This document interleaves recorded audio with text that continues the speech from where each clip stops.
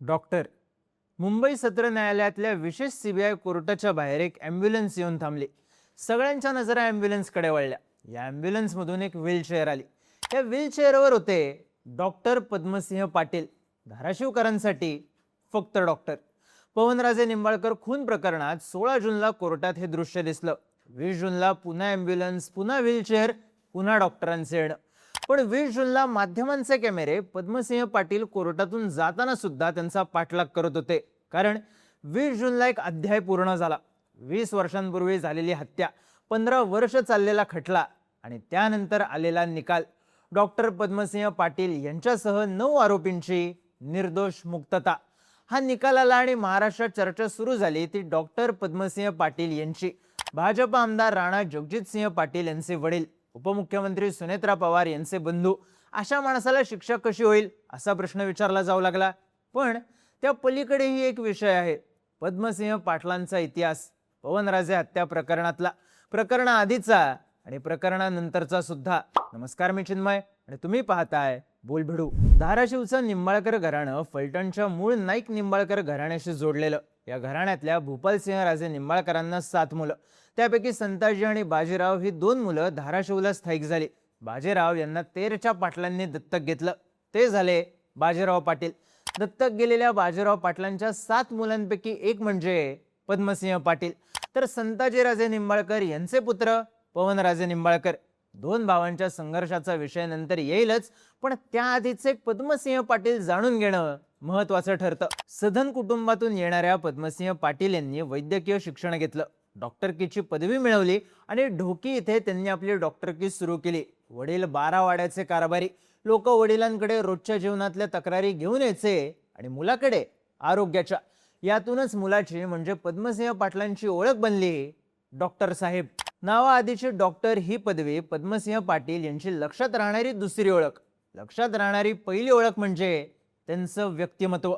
पैलवानाला शोभणारं, रुंद छाती, तगडे बायसेप्स, भरीव शोल्डर्स, चालण्याचा वेग प्रचंड, व्यायाम करून घोटलेलं शरीर, गोरापण रंग आणि भेदक डोळे. राजकारणात आल्यावर कार्यकर्त्यांसोबत बैठक असली तरी वज्रासनात बसण्याची सवय. पद्मसिंह पाटलांचं दिसणं लक्षात राहणारं. पुढे जाऊन या दिसण्याला जोड मिळाली 2 महत्वाच्या गोष्टींची, घोडा आणि बुलेट. लोकसत्ताच्या 2014च्या दिवाळी अंकात प्रकाशित झालेल्या उस्मानाबादेतील भयपर्व या लेखात याबद्दल एक संदर्भ आहे. वेळ अमावस्येच्या आसपास पद्मसिंह पाटलांनी पांढऱ्या शुभ्र घोड्यावरून गावात रपेट मारली. गाड्यांचा ताफा दिमतीला असलेले डॉक्टर घोड्यावरून फिरत होते. लोकांनी फोटो काढले, चौकात लावले. बुलेटचा किस्सा तर प्रचंड फेमस. लोकसभा किंवा विधानसभा निवडणूक लागली की पद्मसिंह पाटलांच्या बंगल्यातून बुलेट बाहेर पडायची. आलिशान गाड्यांच्या गराड्यात दिसणारी एकमेव बुलेट. भरधाव वेगात डॉक्टर या बुलेटवरून फेरी मारायचे. त्यांच्या आजूबाजूला कार्यकर्त्यांच्या गाड्या असायच्या, पक्षाचे झेंडे असायचे, घोषणा असायच्या, जोरात वाजणारे हॉर्न असायचे. पण गर्दीचा चेहरा एकच, डॉक्टर पद्मसिंह पाटील. अर्थात हा होल्ड फक्त कुटुंबाची ताकद, ऑरा यामुळे तयार झाला नव्हता. पद्मसिंह पाटील यांनी राजकीय प्रगती अत्यंत झपाट्याने केली. 1975 साली ते जिल्हा परिषद सदस्य झाले. तेरणा सहकारी साखर कारखान्यामधून त्यांनी सहकारात एंट्री केली. याच माध्यमातून ते तेव्हा राज्याच्या राजकारणात आपलं प्रस्थ भक्कम करणाऱ्या शरद पवारांच्या संपर्कात आले. 1978 साली त्यांनी पहिल्यांदा धाराशिवमधून आमदारकी लढवली आणि निवडून सुद्धा आले. पहिल्या स्टर्ममध्ये त्यांना राज्याचे उत्पादन शुल्क आणि ऊर्जा मंत्री म्हणून जबाबदारी मिळाली. जिल्हा परिषद सदस्य झाल्यानंतर 3 वर्षात पद्मसिंह पाटील शरद पवारांच्या मंत्रिमंडळात मंत्री होते. त्यानंतर 2004 पर्यंत ते धाराशिवमधून सलग निवडून येत राहिले. मंत्रिमंडळात सुद्धा त्यांची प्रगती होत गेली.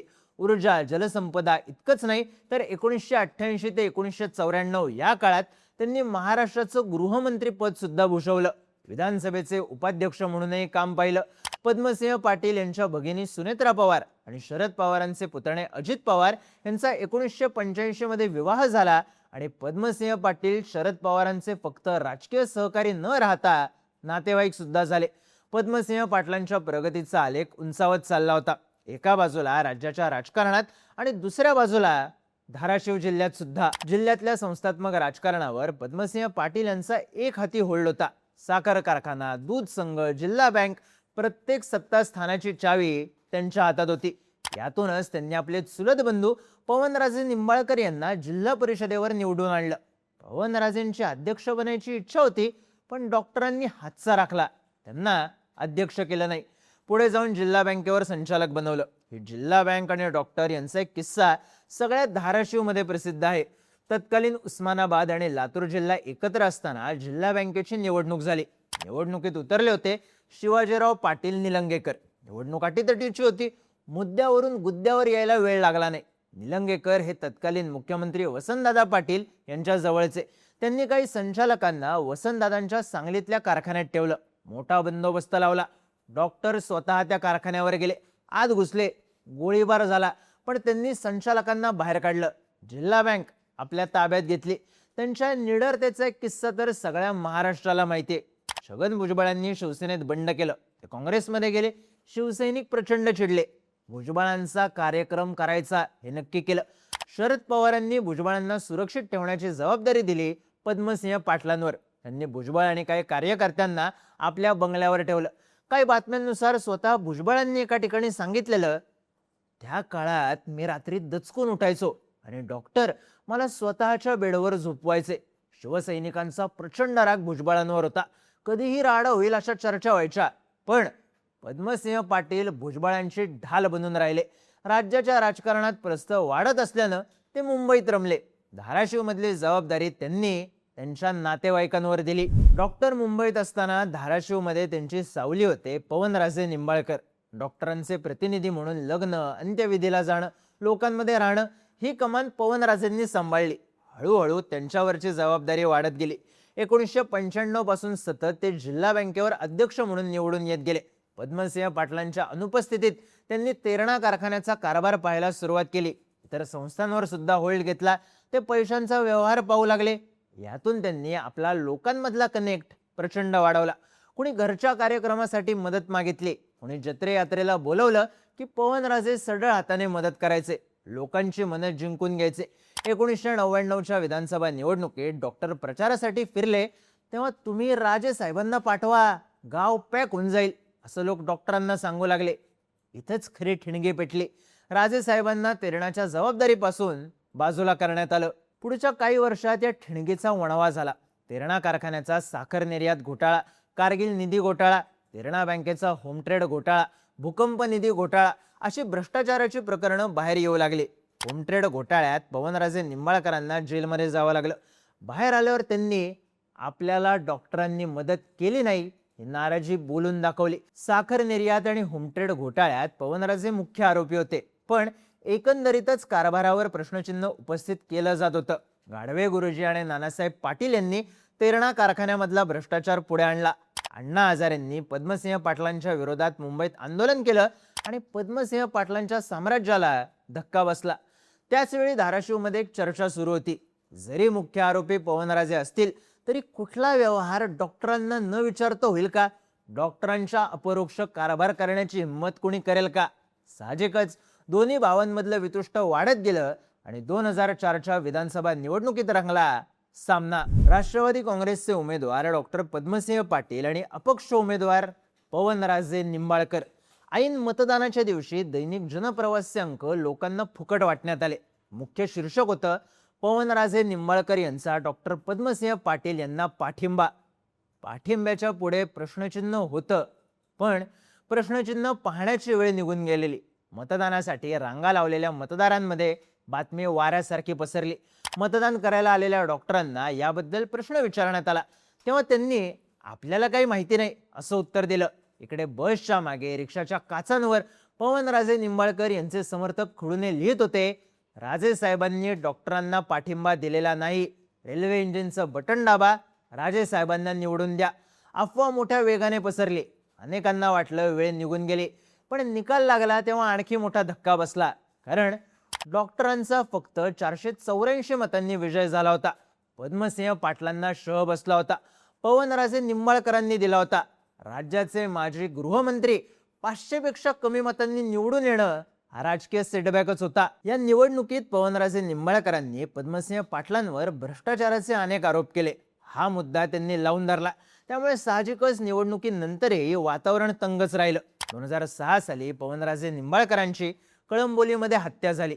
दोन भावांमधलं वितुष्ट जगजाहीर असल्यामुळे आरोप अर्थातच पद्मसिंह पाटलांवर झाला. वेगवेगळ्या चर्चा वाढल्या, पण पोलिसांनी पद्मसिंह पाटलांची साधी चौकशी सुद्धा केली नाही. 2006 मध्ये प्रकरण घडलं.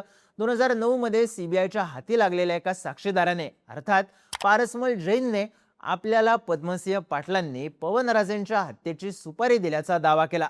त्याने कोर्टासमोर कबुली जबाब दिल्यानंतर राजकीय आणि व्यावसायिक वैमनस्यातून पवनराजेंच्या हत्येसाठी 25 ते 30 लाख रुपयांची सुपारी दिल्याचा आरोप ठेवत सीबीआयने 6 जून 2009 ला डॉक्टर पद्मसिंह पाटलांना अटक केली.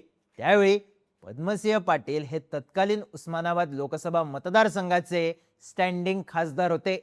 7,000 मतांच्या फरकाने निवडून आले होते. सीबीआयने त्यांना अटक केली. 3 महिने ते जेलमध्ये राहिले. त्यानंतर त्यांची सुटका झाली. पवनराजे निंबाळकर खून प्रकरणात डॉक्टर पद्मसिंह पाटलांची जामिनावर सुटका झाली होती. ज्या दिवशी डॉक्टर जामीन मिळवून धाराशिवमध्ये आले त्या दिवशी चौकात रांगोळ्या काढण्यात आल्या. लोकांना गुढ्या उभारा असं सांगण्यात आलं. मोठा पुष्पहार आणून डॉक्टरांचं अगदी जंगी स्वागत करण्यात आलं. असाही किस्सा सांगितला गेला की पवनराजेंच्या हत्या प्रकरणाची सीबीआय चौकशी करा या मागणीसाठी धाराशिवमध्ये मोर्चा काढण्यात आला होता. या मोर्चावर पद्मसिंह पाटलांच्या एका कार्यकर्त्याने दगडफेक केली. पुढच्या निवडणुकीवेळी बुलेटवरून निघालेल्या प्रचार फेरीवेळी हा कार्यकर्ता डॉक्टरांच्या मागे बुलेटवर बसला होता. हा पद्मसिंह पाटलांचा पॅटर्न. पण 2009 ला झालेल्या अटकेनं डॉक्टरांच्या राजकारणाला ब्रेक दिला. धाराशिवमधून त्यांच्या जागी त्यांचे पुत्र राणा जगजितसिंह पाटील यांनी विधानसभेची निवडणूक लढवली. पण काँग्रेसमधून शिवसेनेत आलेले पवनराजे निंबाळकर यांचे चिरंजीव ओमराजे निंबाळकर यांनी राणा पाटलांचा 16,000 मतांनी पराभव केला.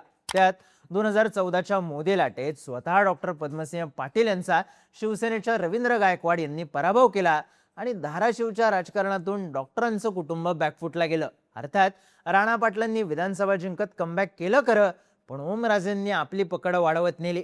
लोकसभा निवडणुकीत झालेल्या पराभवानंतर डॉक्टर सक्रिय राजकारणातून बाजूला होत गेले. लोकसभेत त्यांचा पराभव झाल्यानंतर एका बातमीत नमूद करण्यात आलं होतं, लातूर विधानसभा आणि तेरणा कारखान्याची निवडणूक वगळता पद्मसिंहांचा उस्मानाबादच्या एकाही विधानसभा निवडणुकीत पराभव झाला नव्हता. विरोधक कितीही प्रबळ असला तरी विजय पद्मसिंहांचाच असे जणू समीकरण होते. विरोधकांमध्ये गट पाडणे, काही गटांना आपल्याशी करणे असे राजकारणातील डावपेच खेळत पद्मसिंह निवडणुकीत बाजी मारत होते. मात्र यावेळी त्यांना विरोधकांनी असा झटका दिला की त्यांचे सगळे डावपेच अयशस्वी झाले. 2019 मध्ये पद्मसिंह पाटलांचं नाव पुन्हा चर्चेत आलं ते पक्षप्रवेशाच्या बातम्यांमुळे. अगदी सुरुवातीपासून शरद पवारांसोबत असलेल्या पद्मसिंह पाटलांनी 2019च्या विधानसभा निवडणुकीआधी त्यांची साथ सोडल्याची चर्चा झाली. कारण राणा जगजितसिंह पाटील यांनी विधानसभा निवडणुकांआधी भाजपमध्ये प्रवेश केला. त्यावेळी स्टेजवर डॉक्टर उपस्थित नव्हते, पण त्यांच्या पक्षप्रवेशाच्या प्रश्नावरून चिडलेले शरद पवार बघून अनेक गोष्टींचा उलगडा झाला होताच. 2019च्या विधानसभेत राणा पाटील भाजपच्या तिकिटावर तुळजापूरमधून आमदार झाले. लोकसभा निवडणुकीत ओमराजे निंबाळकरांनी बाजी मारलेली. धाराशिवचं राजकारण ओमराजे निंबाळकर आणि राणा जगजितसिंह पाटील यांचं कुटुंबीय यांच्या भोवती फिरायला लागलं. डॉक्टर प्रकृतीमुळे अलिप्तच राहिले. आता 20 वर्षांनी पवनराजे निंबाळकर खून प्रकरणाची अंतिम सुनावणी झाली. कोर्टाने आपला निकाल जाहीर केला. माफीचा साक्षीदार फितूर ठरल्याने कोर्टाने डॉक्टर पद्मसिंह पाटील यांच्यासह 9 आरोपींची निर्दोष मुक्तता केली. सुनावणीसाठी आलेले डॉक्टर ॲम्ब्युलन्समधून निघाले आणि तिकडे धाराशिवमध्ये निकालामुळे बंद पाळण्यात आला.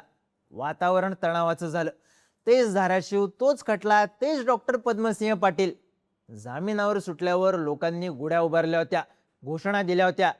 यावेळी डॉक्टर निर्दोष सुटले, पण लोकांची पहिली प्रतिक्रिया होती धाराशिव बंदची. चर्चा सुरू झाली दरारा संपल्याची.